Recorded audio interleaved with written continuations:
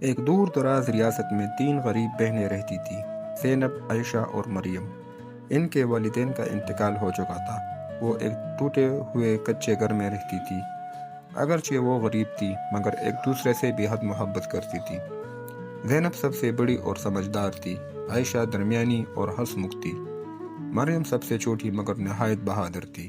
وہ روز جنگل سے لکڑیاں اکٹھے کر کے بازار میں بیچتی تھی۔ ایک دن وہ تینوں لکڑیاں جمع کرنے جنگل گئی۔ اچانک انہیں ایک زخمی نوجوان ملا جو درخت کے نیچے گرا ہوا تھا۔ اس کے کپڑے قیمتی تھے مگر وہ بے ہوش تھا۔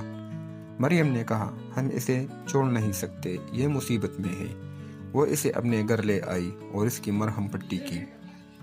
چند دنوں کے دیکھ بھال کے بعد وہ نوجوان ہوش میں آیا۔ اس نے اپنا نام حمزہ بتایا۔ کچھ دن بعد سپاہی گاؤں میں پہنچے اور اعلان کیا، شہزادہ حمزہ لاپتہ ہے۔ تب بہنوں کو معلوم ہوا کہ وہ عام نوجوان نہیں بلکہ شہزادہ حمزہ ہے۔ شہزادہ حمزہ نے بہنوں کو محل آنے کی دعوت دی۔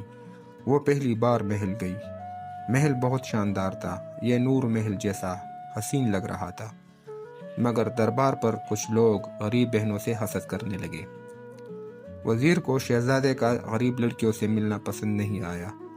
اس نے جھوٹا الزام لگایا کہ بہنوں نے شہزادے کو اغوا کیا تھا۔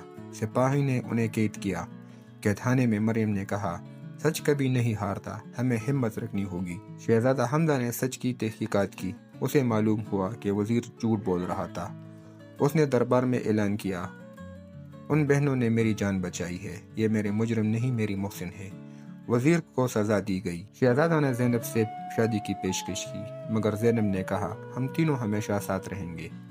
شہزادہ نے تینوں بہنوں کے لیے محل میں ایک الگ گھر بنوا دیا اور انہیں عزت دی۔ ریاست میں اعلان ہوا، نیکی اور سچائی ہمیشہ جیتتی ہے۔ سبق: نیکی، سچائی اور اتحاد کبھی ضائع نہیں ہوتے۔